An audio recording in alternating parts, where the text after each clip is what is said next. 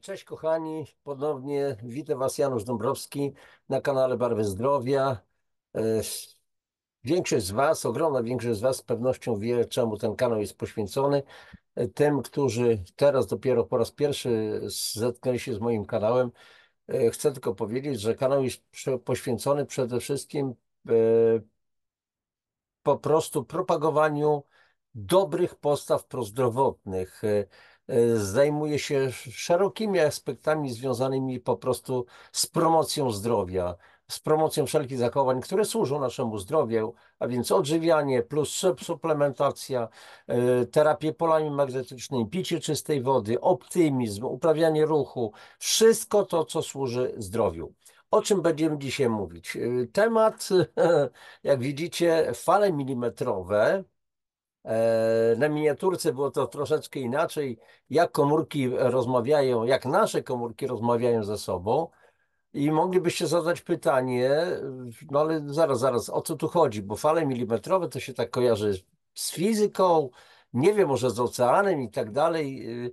Dla wielu z Was może po raz pierwszy żeście usłyszeli o tym, tak jak ja już gdzieś chyba około 20 lat temu też usłyszałem po raz pierwszy o tych falach milimetrowych, co to jest. Temat mnie zafascynował, jak zacząłem oczywiście interesować się. I plonem tych zainteresowań, między innymi ten plon zainteresowań umieściłem w moich dwóch książkach Biomagnetyzm, pierwszy, drugi tom, a związane z tym tematy pewne, a więc na przykład wiązania wodorowe, opisałem z kolei w obu tomach po prostu woda, fenomen życia. I nie tylko, oczywiście tam jest cała masa wiedzy. Słuchajcie, nie przerażajcie się, nie daj Boże, oczywiście tym wszystkim fale, jakieś nawiązanie wodorowe. Ostatnio mówiłem w jednej z audycji, że po prostu Jacek Sokal, pan Jacek Sokal, Jacek, mam dla niego ogromny szacunek za to, co robi. Znamy się doskonale, znaczy doskonale, pojęcie względne, ale znamy się, lubimy się, szanujemy się. I Jacek ostatnio w jednej z swoich audycji na temat wody, zrób sobie wodę, polecam tę w ogóle audycję, bo jest bardzo ciekawa. Wejdźcie na jego kanał, Wiedza dla wszystkich, WDW. Jacek Sokal, zrób sobie wodę, bardzo ciekawa audycja. I tam w pewnym momencie powiedział, że no jeżeli chcecie coś więcej wiedzieć na temat wody, to po pierwsze warto obejrzeć sobie taki rosyjski film Woda Wielka Tajemnica. A z drugiej strony, jeżeli chcecie więcej, to odsyłam do książek pana Janusza Dąbrowskiego. A co tam pana? No Janusza, no znamy się, lubię go i tak dalej. I on popełnił taką książkę, dwa tomy chyba, już nie pamiętam dokładnie, nie zacytuję. Nawet chyba nie pamiętał akurat nazw, tytułów, bo to się nie zawsze się pamięta, ale przynajmniej powiedział, że napisałem te książki dla ludzi, ludzkim językiem. Więc podpieram się opinią Jacka Sokala, że nie przerażajcie się. To wszystko, co piszę, co omawiam, staram się to przedstawiać ludzkim językiem w sposób zrozumiały, skomplikowane sprawy. Myślę, że taki dar otrzymałem, żeby proste, znaczy skomplikowane rzeczy przedstawiać w miarę w prosty sposób. A więc co z tymi falami milimetrowymi? Co to znaczy, że komórki naszego organizmu posługują się jakimś tam językiem, jak rozmawiają? Więc porozmawiajmy na ten temat i w tym celu, słuchajcie, znowu prezentacja. Już Wam tutaj przedstawię pokaz slajdów od początku, a więc w ramach rodzinnej strefy zdrowia, czyli wszystko, co służy zdrowiu naszej rodzinie, waszych bliskich i tak dalej. Powiemy sobie, co to są te fale milimetrowe, więc o czym? A o tym, w jaki sposób powstają fale milimetrowe. A tutaj jakieś, przepraszam, ale coś mi się tutaj włącza. Zaraz mam nadzieję, że to zniknie. Aj, koło techniczne sprawy. A więc w jaki sposób powstają fale milimetrowe? Jak można je wykorzystać w celach terapeutycznych, aby ludzie byli zdrowsi i cieszyli się po prostu zwyczajnie życiem? Śmieję się, bo naprawdę temat, gdyby mi ktoś powiedział fale milimetrowe, Boże, o co tu chodzi?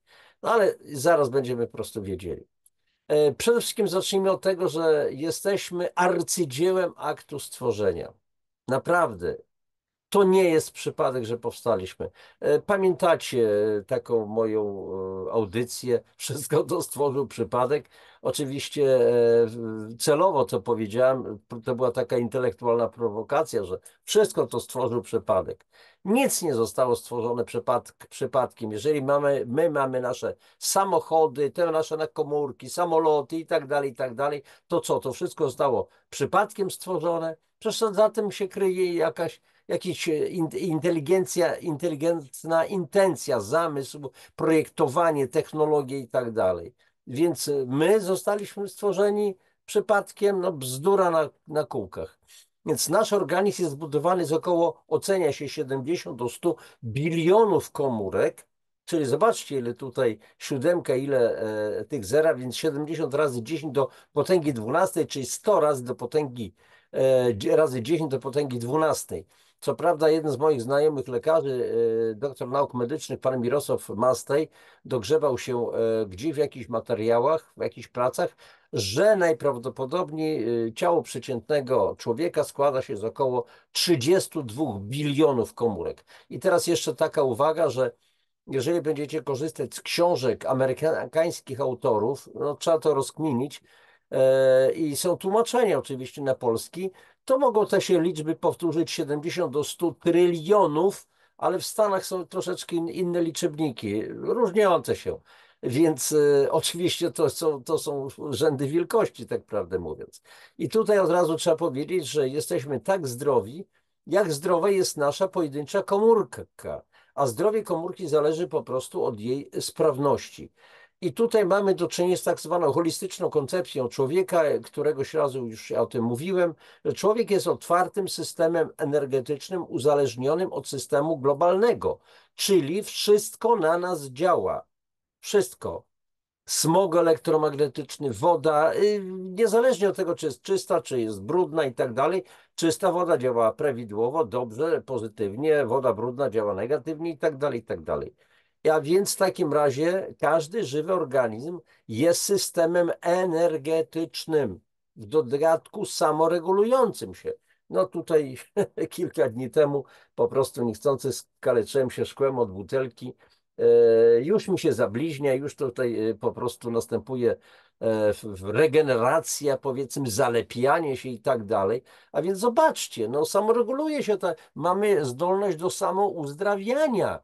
Jakaś drobna ranka, jakieś zadrapanie na ręku i tak dalej, goi się, trzeba iść do lekarza, trzeba to zszywać, trzeba dawać antybiotyk, jakieś leki. No nie, mamy wbudowane samouzdrawianie, a więc zostaliśmy, kochani, stworzeni po prostu perfekcyjnie, ale zdolność do samoregulacji oznacza, tak jak już powiedziałem, zdolność do samoleczenia. I dlaczego dzisiaj systemy tej samoregulacji nie działają prawidłowo? Tu jest solidny problem. Ojej, denerwuje mnie tutaj to coś, co się pokazuje. Przepraszam, nie wiem dlaczego ono się pokazuje. No ale mniejsza z tym, jakoś się będę sobie radził. I teraz posłuchajcie, no jakie są dzisiaj zagrożenia naszego zdrowia? Bo są zagrożenia. I nie tylko substancje, od razu trzeba powiedzieć, chemiczne, lecz także niekorzystne częstotliwości mają szkodliwy wpływ na organizm człowieka. A co jest źródłem tych częstotliwości? Praktycznie wszystko. Każda roślina, każdy kamień i oczywiście urządzenia techniczne i oczywiście różnego rodzaju substancje chemiczne najbardziej, najsilniej działają w tej chwili wszelkiego rodzaju zjawiska elektromagnetyczne, które wchodzą do naszego wnętrza, modyfikując je elektrycznie i magnetycznie.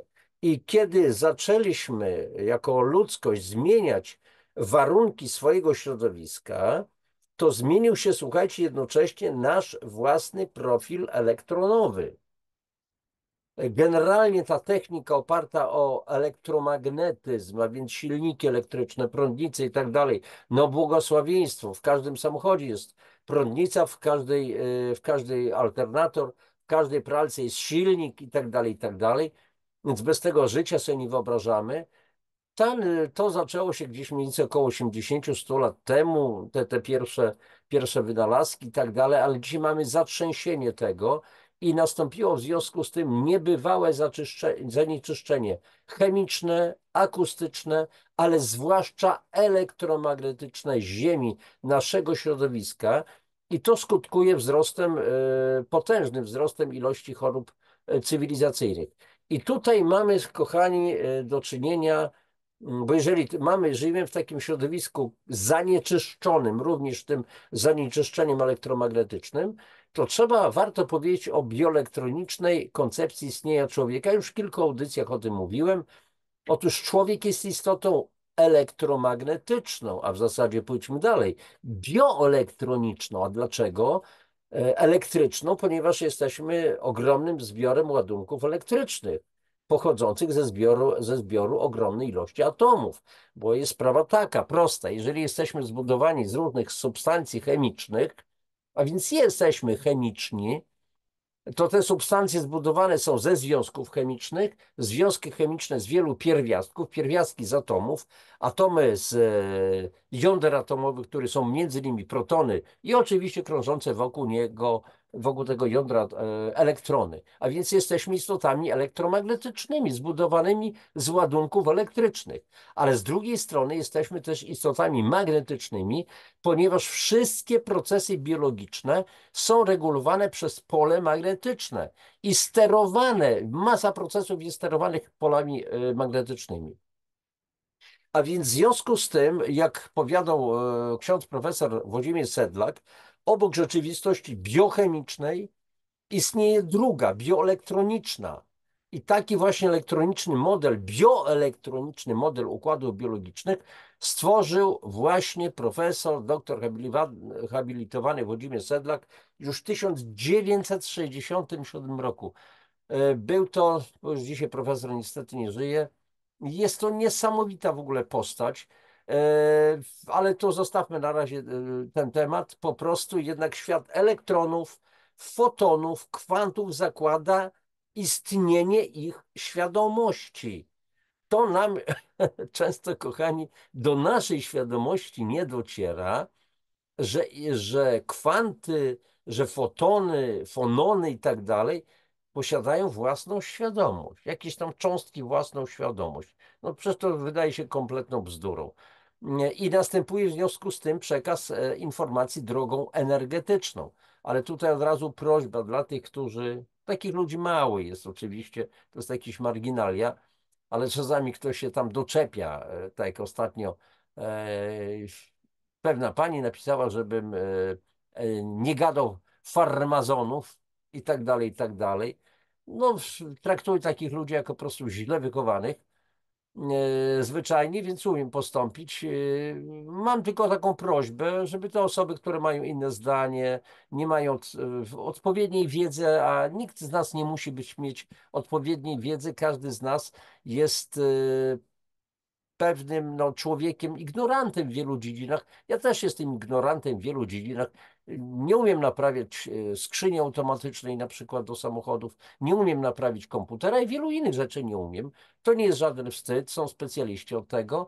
Natomiast chodzi o to, że jeżeli czegoś nie wiemy, czegoś nie umiemy, to nie możemy z góry odrzucać, że coś nie istnieje, bo ja o tym nie słyszałem, a ja o tym nie słyszałem, więc to nie istnieje. No bzdura na kółkach. Więc ze spokojem po prostu traktujmy tą wiedzę, którą ja dzisiaj podaję, bo to jest faktem jest, że to jest dość niszowa wiedza. My tylko liźniemy troszeczkę tego wszystkiego. Ja dokładnie to wszystko opisuję w swoich książkach, których miniaturki tu już widzieliście, ale to nie oznacza, że jest to coś skomplikowanego, powtórzę. Więc w takim razie powtórzmy za profesorem Włodzimierzem Sedlakiem. Jesteśmy jednym wielkim, niezwykle subtelnym receptorem zmysłowym dla odbioru wszelkiej informacji. Przede wszystkim jednak elektromagnetycznej. I w związku z tym, jeżeli mamy takie obciążenia, takie zagrożenia i tak dalej, to warto mówić o warunkach zachowania dobrego zdrowia. I tutaj specjaliści zajmujący się, tacy naprawdę specjaliści o szerokich horyzontach, zajmujący się ochroną zdrowia, wymieniają zwykle 6 takich zasadniczych warunków. Po pierwsze, należy chronić komórki. jako że kondycja zdrowotna całego organizmu zależy od kondycji poszczególnych komórek, czyli jak jabłka w potężnej skrzyni. Jeżeli jedno jabłko zacznie gnić, to zaraz zaczną gnić następne jabłka. Czyli jest problem z komórkami, później problem jest z tkankami, później z całymi narządami, później cały organizm choruje i sprawa załatwiona. Druga rzecz. Należy dostarczać komórkom prawidłową ilość prawidłowo skomponowanego pożywienia. Pożywienia, nie jedzenia. Oczywiście tutaj trzeba byłoby zdefiniować, co to jest prawidłowa ilość, prawidłowo skomponowane pożywienie. Trzeba wiedzieć, że każda nasza komórka powinna otrzymywać dziennie około 70 do 90 różnych składników pokarmowych. Nie oznacza to, że mamy to mieć na talerzu. Chodzi o to, że w tym pokarmie powinna być taka różnorodność, że w tym było tych 70-90 składników. Plus oczywiście mamy dostarczać tlen, plus mamy dostarczać wodę. Dalej, trzeci punkt.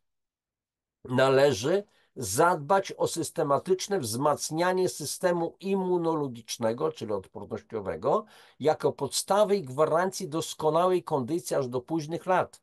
Znowu definicja, a jak to robić? A robić między innymi poprzez punkt pierwszy, poprzez punkt drugi i kilka jeszcze innych punktów. Czwarty punkt, ochrona prawidłowego krążenia krwi, czyli trzeba zadbać o stan naszych naczyń krwionośnych, nie dopuszczać do odkładania się blaszki miażdżycowej. Trzeba zapewnić, żeby nasze naczynia krwionośne były mocne, zaopatrzone w uzbrojenie zbudowane z kolagenu, czyli taki rodzaj takiego wewnętrznego obrzędu i tak dalej.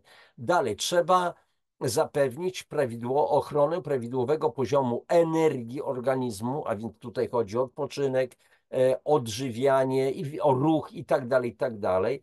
I oczywiście trzeba zadbać o prawidłową regulację równowagi kwasowo-zasadowej w organizmie, czyli to moje ukochane odkwaszanie po prostu, a więc na rzecz, chodzi o to, żeby była to w miarę równowaga, ale na rzecz lekkoczynnika alkalicznego. Krew jest alkaliczna, średnio przecinek pH 7,365.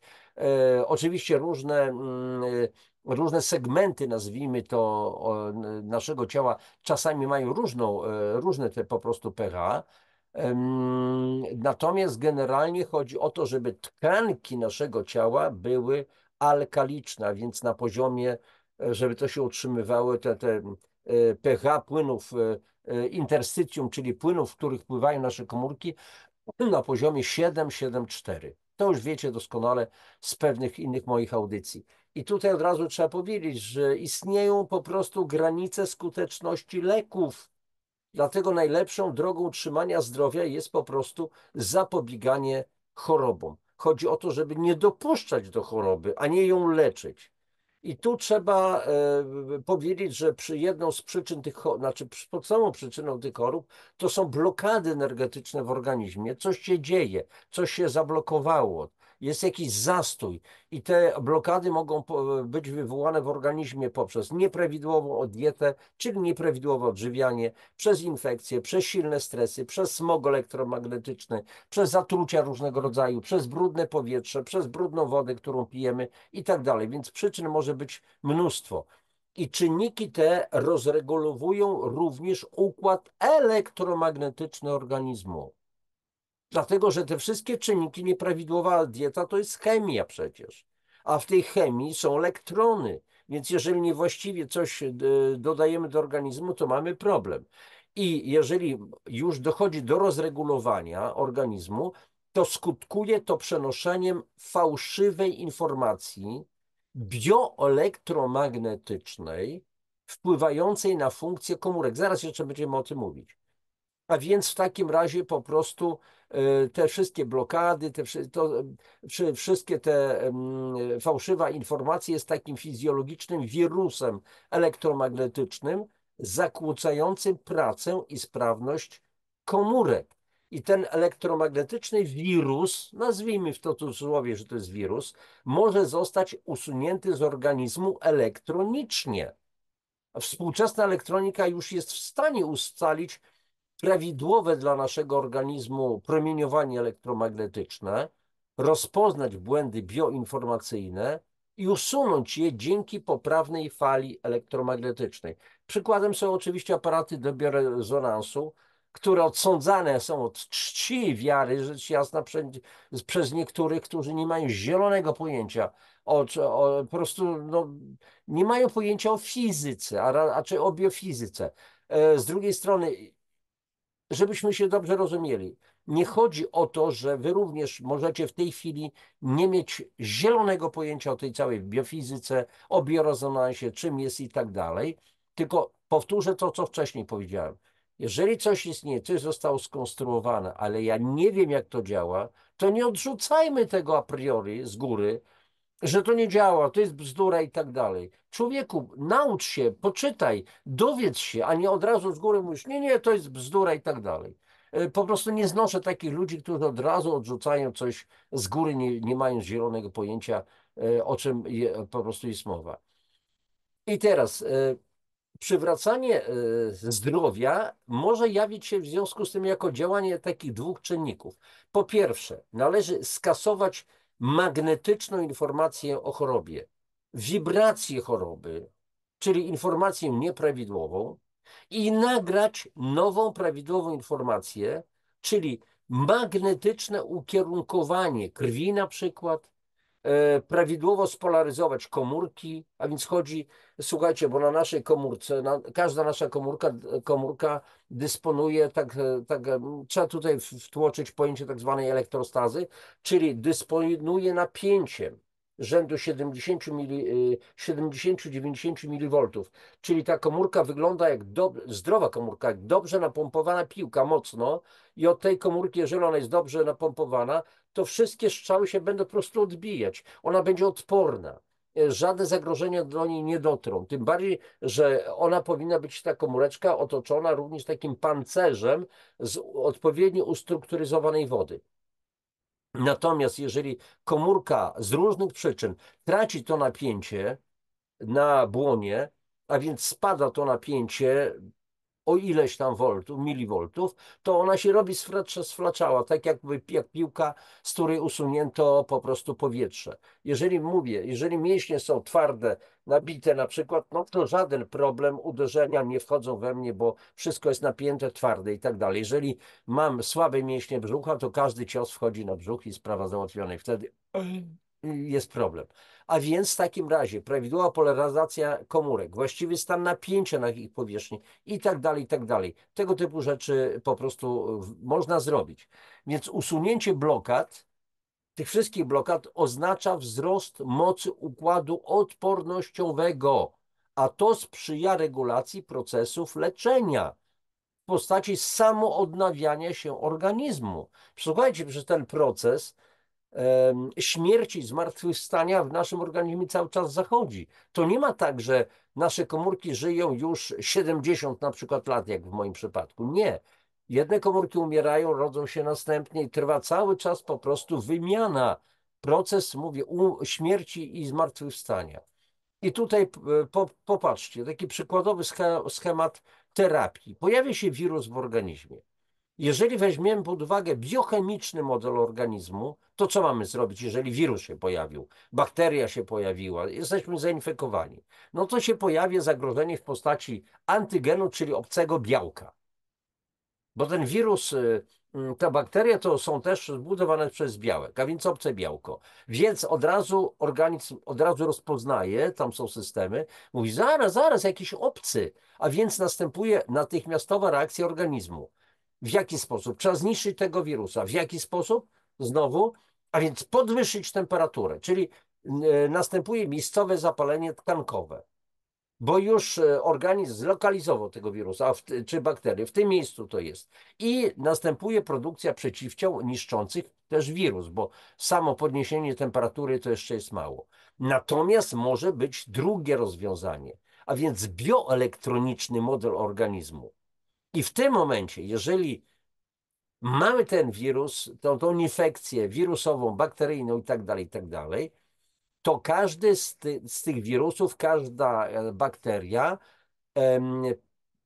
charakteryzuje się odpowiednią częstotliwością własnych drgań, dlatego że każdy układ jest układem drgającym, wysyła wibracje. a więc posiada odpowiednią częstotliwość. I teraz odpowiednie urządzenie, maszyna może po prostu te wibracje sczytać, określić, jeżeli już jest wyskalowana odpowiednio, aha, to są częstotliwości na przykład tego wirusa, czy takiej bakterii, czy ewentualnie takiego robala, na przykład przywry, czy glisty i tak dalej, i tak dalej.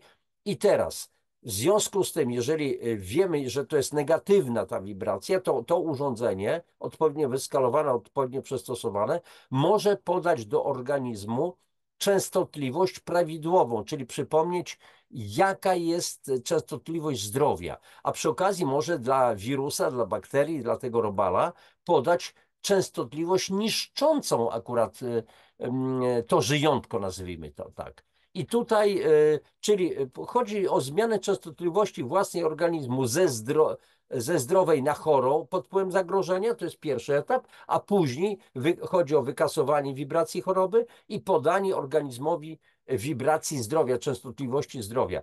Pod postacią na przykład mikrofal, mikrofal, czyli fal akurat milimetrowych o odpowiedniej częstotliwości. I tu już dochodzimy do tego, co to są te fale milimetrowe. Fale milimetrowe, czyli echa F skrajnie wysokiej częstotliwości, są to fale o częstotliwości 30 do 300 tysięcy gigaherców i długości 1 do 10 milimetrów. Bardzo krótkie. Te fale milimetrowe są związane z promieniowaniem zaobserwowanym w organizmach w postaci emisji tak zwanych biofotonów. Słuchajcie, kochani, otóż w naszych organizmach powstaje autogenne, czyli wewnętrzne światło odgrywające decydującą rolę w obiegu materii i utrzymaniu akcji życia. My świecimy. A przypomnijcie sobie, jak na przykład na wielu malowidłach są przedstawiani święci. Z taką, jak to było w tym sketchu, gdzie występował pan Jan Kobuszewski i pan Braciak. No i co ten Janiołek ma, Jasiu? Ten Janiołek ma laurelkie, tak, laurelkie. Przypomina mi się ten dowcip, czyli po prostu aureolę, takie coś świecącego. I okazuje się, że te biofotony, szczególnie my, silną emisję tych biofotonów mamy właśnie, jeżeli chodzi o głowę i jeżeli chodzi o ręce, również stopy. I teraz dlaczego na przykład jest leczenie poprzez przykładanie rąk? Zwróćcie uwagę, ale mi dzisiaj łeb, przepraszam, głowa znaczy boli. Albo Jezu, jak mi łupi w skroniach i co robimy? Przykładamy od razu dłonie. Albo jak gdzieś się uderzyliśmy, jakiś kant i tak dalej, to co? Od razu druga dłoń rozmasowujemy. Robimy to z automatu. Nikt nam nie powiedział, dlaczego to robimy, bo to jest w nas wbudowane. W tym momencie styk, czy dotykamy cudzego ciała z przyjemnością często, to jest przekaz bioinformacji przy pomocy właśnie biofotonów. A więc jesteśmy istotami świetlistymi tak dokładnie. I tutaj warto wspomnieć pana Aleksandra Gurwicza, który odkrył już dawno, bo w 1923 roku odkrył promieniowanie tak zwane mitogeniczne komórek. Okazało się, że komórki są dokarmiane światłem, ale też promieniują światło. Właśnie to promieniowanie mitogeniczne, autorem tego określenia stał się profesor Aleksander Gurwicz. I teraz pytanie jest, jak powstają te fale milimetrowe? Tutaj warto byłoby wspomnieć oczywiście o mojej ukochanej wodzie, bo teraz popatrzmy. Macie tutaj taką typową cząsteczkę wody, a więc mamy atom tlenu, dwa atomy wodoru. Atom tlenu jest dwuujemny, dwa wodory, każdy z nich jest dodatni, tak prawdę mówiąc, więc praktycznie to są protony. Kąt, zwróćcie uwagę, między nimi wynosi, tak są usytuowane, że około 105 stopni, niecały 105 stopni, a więc nie w jednej jakiejś linii symetrycznie, tylko usytuowanie tych atomów wodoru jest asymetryczne. A więc to stwarza jednocześnie, gdybyśmy tutaj ten układ gdzieś tam przebili jakąś taką osią, to zawsze te wodory by, gdyby to miało możliwość ruchu, to te wodory wędrowałyby do dołu, bo no te dwie masy jednak są dość ciężkawe, więc one musiałyby się po prostu przekręcić. Teraz popatrzmy. Budujemy sobie pewien schemat. Popatrzmy, znowu to większe kółko, dwa mniejsze.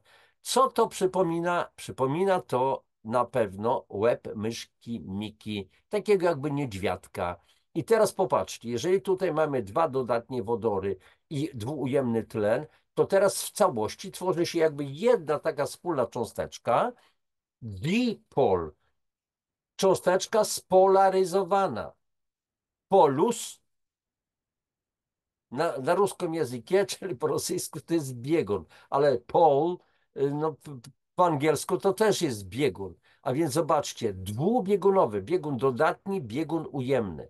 I teraz co dalej, co będzie się działo dalej? I otóż, jeżeli mamy dwie na przykład cząsteczki wody, H2O i H2O, to te dwa wodory z tlenami, z tlenem swoim są połączone przy pomocy tak zwanych połączeń kowalencyjnych, czyli po prostu, a te połączenia kowalencyjne, najwyżej chemicy mnie poprawią, jeżeli popełnię błąd, pozwalają na łączenie się wspólnymi elektronami, wymieniają się elektronami, to jest połączenie. Ale zwróćcie uwagę, że jeżeli tu mamy cząsteczkę jedną wody, czyli H2O, to tlen z wodorem obcej cząsteczki łączy się niestety już przez inny rodzaj wiązania. Wiązanie tak zwane wodorowe, a nie kowalencyjne. A więc są to wiązania międzycząsteczkowe, wodorowe. I te jony wodorowe, H+, w istocie jon, w tym wiązaniu wodorowym, w istocie to są protony, no bo jeżeli to jest dodatni atom, no to jest sam proton. W wiązaniu wodorowym ulegają bardzo silnym wibracjom, czyli po prostu drgają. Ale jeżeli drgają, to wytwarzają fale. I to jest zasadnicze źródło powstawania właśnie fal milimetrowych. I tutaj jeszcze raz jeden rysunek, znowu zobaczcie. Hydrogen bonding in water, czyli wiązania wodorowe w wodzie. Więc mówię, tu są powiązania, wiązania kowalencyjne, kowalencyjne, kowalencyjne, a tu między wodorem i obcym, z obcej cząsteczki tlenem są wiązania właśnie wodorowe. A więc źródło powstawania tych fal milimetrowych kryje się w wiązaniach wodorowych, charakterystycznych przede wszystkim dla wody i białek. A z czego my jesteśmy zbudowani? Z wody i z białek.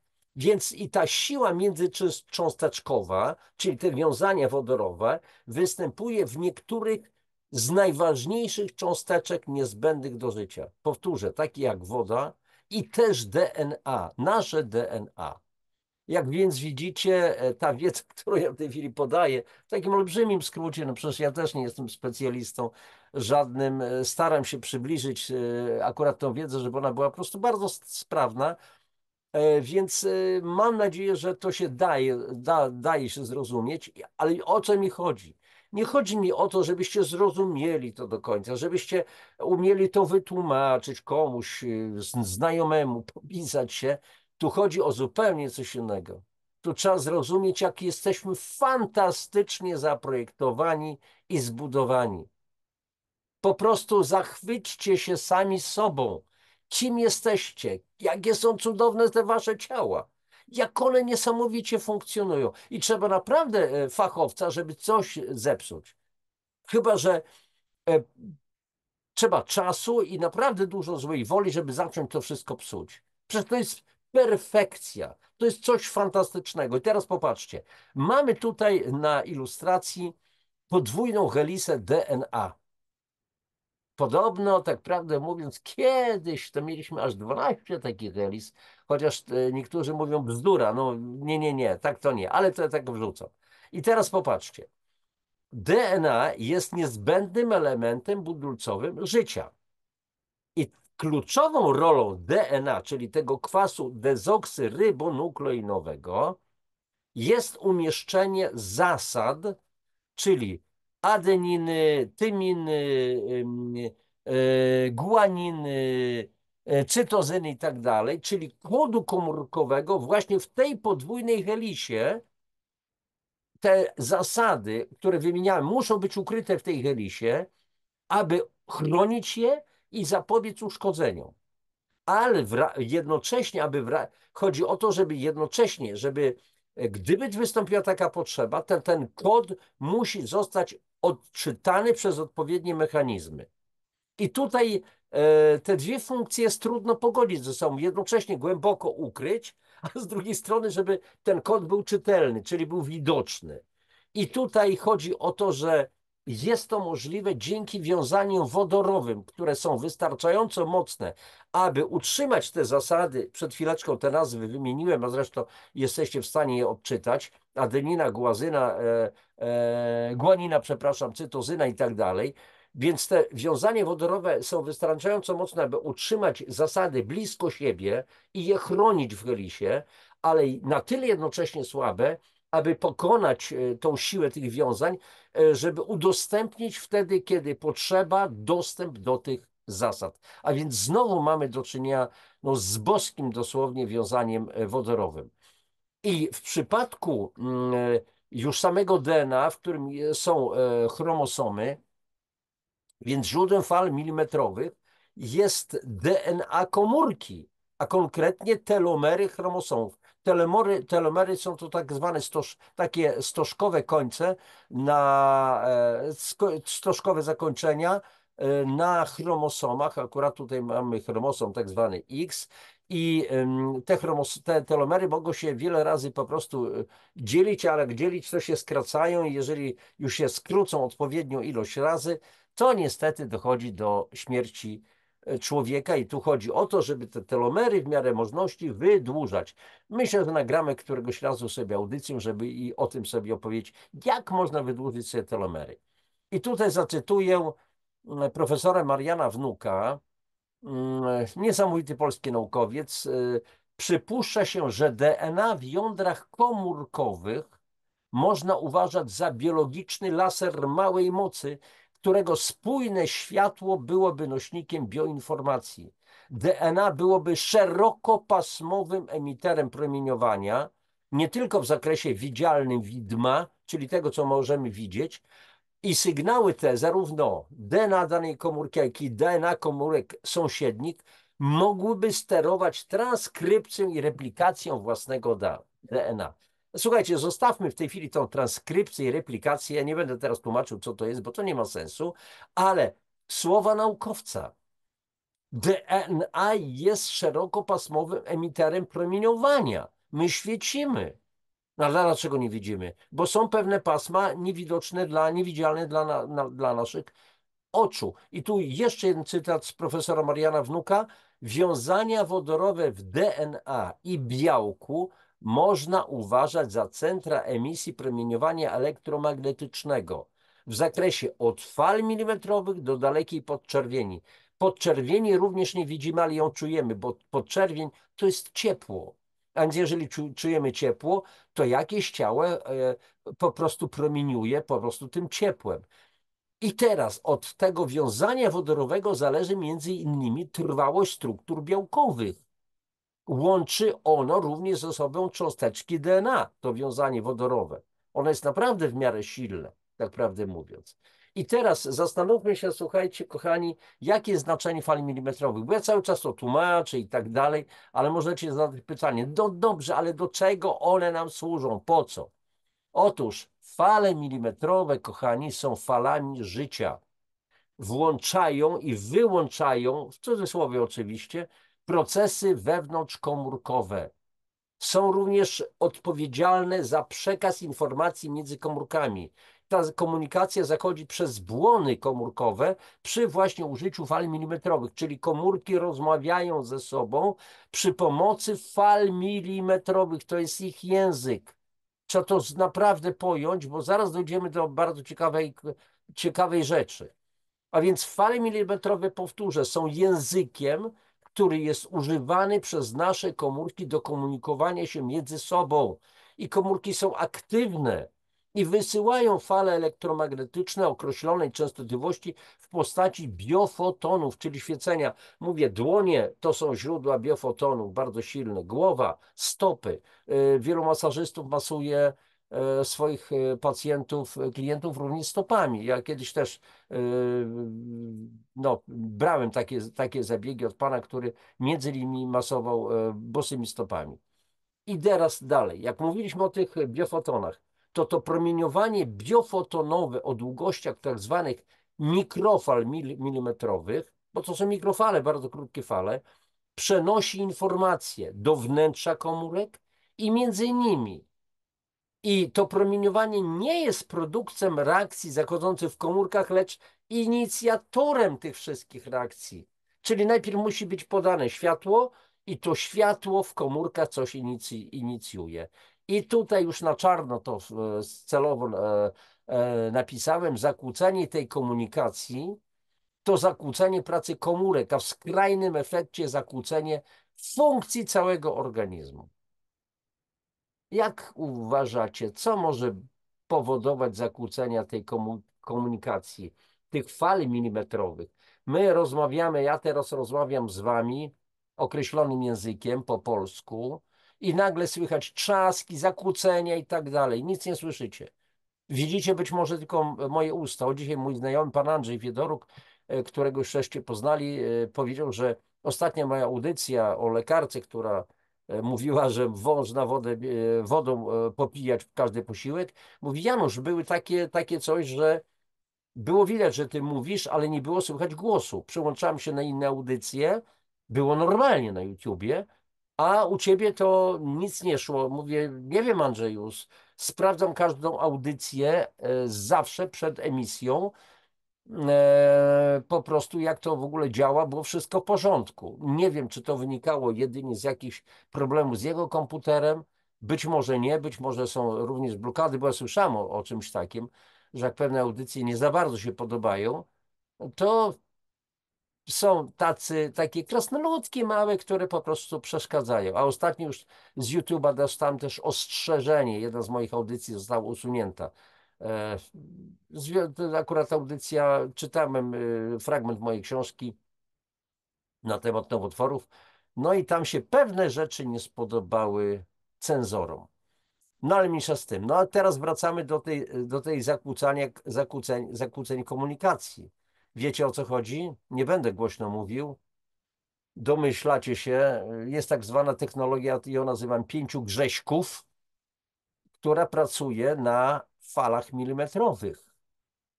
Więc jeżeli nasze komórki pracują dzięki falom milimetrowym, komunikują się i teraz na naszą komunikację, moją z wami, nakładają się jakieś inne fale, zakłócenie, to jak komórki będą porozumiewały się między sobą? Jakie będą sygnały przesyłane? O co tu chodzi? Przypadek? No ale zostawmy ten temat, bo to nie jest akurat na dzisiaj, więc słuchajcie, wszelkie zachwiania równowagi odczytywane jako niedomagania lub choroba organizmu są natychmiast widoczne poprzez zmianę parametrów tych fal milimetrowych. Więc zamierzając uzdrowić organizm, wystarczy doprowadzić podstawowe struktury organizmu, czyli komórki, do właściwych parametrów pracy, czyli emisji fal o częstotliwościach zdrowia, co jest równoznaczne z podaniem organizmowi odpowiedniej informacji, dokonanie tak zwanej transfuzji informacyjnej, o czym mówił wielokrotnie profesor Sedlak, mówił on o przeszczepach informacyjnych również. A podanie innej informacji to jest kwestia biorezonansu. Sprawa załatwiona. Jeszcze na ten temat przyjdzie czas, że będziemy mówić na temat biorezonansu. I znajomość tych wszelkich procesów zachodzących w organizmach pozwoliła na ich wykorzystanie terapeutyczne jako tak zwana terapia fal milimetrowych. To się wiąże z medycyną kosmiczną, to robią Amerykanie, robią Rosjanie. W każdym razie terapia fal milimetrowych została opracowana przez zespół naukowców z Rosji i Ukrainy, no jeszcze w dawnym Związku Radzieckim, czyli to było jedno wielkie państwo, przez Nikołaja Dziewiatkowa, profesorów i profesora Serhija Sitko. Opracowali specjalne urządzenia, później to weszło no, do szerszych zastosowań, nie tylko wojskowych i kosmicznych, ale też do gospodarki cywilnej, jako tak zwany Semtech, czyli specjalne urządzenie do wytwarzania fal milimetrowych, które szczytywało na przykład wibracje wirusów, bakterii i tak dalej, i później można było zastosować to urządzenie do terapii. A więc istnieją właśnie urządzenia wytwarzające terapeutyczne fale milimetrowe o natężeniu równym natężeniu fal wytwarzanych w organizmie. Miliard razy mniejszym niż promieniowanie z telefonu komórkowego. Takie urządzenia już są. I tutaj jakie są podstawowe obszary działania fal milimetrowych? Po pierwsze, odbudowa prawidłowych procesów fizjologicznych wskutek podniesienia energią zewnętrzną napięcia na błonach komórkowych i lepszego wykorzystania energii ATP, czyli kwasu adenozyno-trójfosforowego, czyli nośnika energetycznego, który służy do zasilania mitochondriów komórkowych, czyli takich bloków energetycznych naszych komórek. Po drugie, aktywacja bioinformatycznych receptorów, zwiększenie ich czułości, a w efekcie zwiększenie skuteczności odbioru przez nie informacji, co skutkuje zwiększeniem sprawności komórek.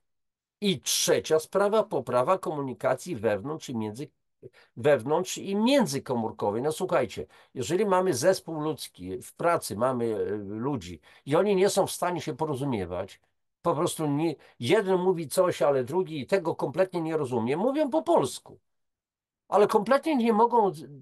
Ale o co ci chodzi? Nie rozumiem, o co ci chodzi, bo tamten tłumaczy coś, ale nie wie jak. No to jak taki zespół może pracować prawidłowo i osiągać efekty? A są zespoły, że jeden spojrzy na drugiego, podniesie kciuk, da jakiś inny sygnał i oni się świetnie rozumieją. Po prostu jak przekazy telepatyczne. Więc teraz jak wpływać na organizm falami milimetrowymi? Słuchajcie, jeszcze raz, zamierzając uzdrowić organizm, wystarczy doprowadzić podstawowe jego struktury, czyli komórki, do właściwych parametrów pracy, czyli do emisji fal o częstotliwościach zdrowia, co jest równoznaczne z podaniem organizmowi odpowiedniej informacji. A teraz bardzo ważny cytat z rosyjskiego profesora Pawła Goskowa. Każde energoinformacyjne czynniki wpływają na strukturę wody i można to badać, monitorować, diagnozować przy użyciu szerokiej gamy metod i środków. A co jest podstawowym składnikiem naszego organizmu? Oczywiście, że woda. No jest tu napisane, ale już wy wiecie doskonale, że woda. 75, mniej więcej 70% to jest naszego organizmu przeciętnego, to jest woda. Około 85-87% zawartości mózgu to jest woda. W przypadku niemowląt to jest praktycznie 98% zawartości mózgu, masy mózgu to jest woda. Dlaczego tak dużo tej wody w tym mózgu jest? Dlaczego tak dużo w tej wody jest w naszym ciele? Dlatego, że to woda odbiera te wszystkie impulsy. To w wodzie widzieliście te cząsteczki, tam są wiązania wodorowe i tam powstają fale milimetrowe.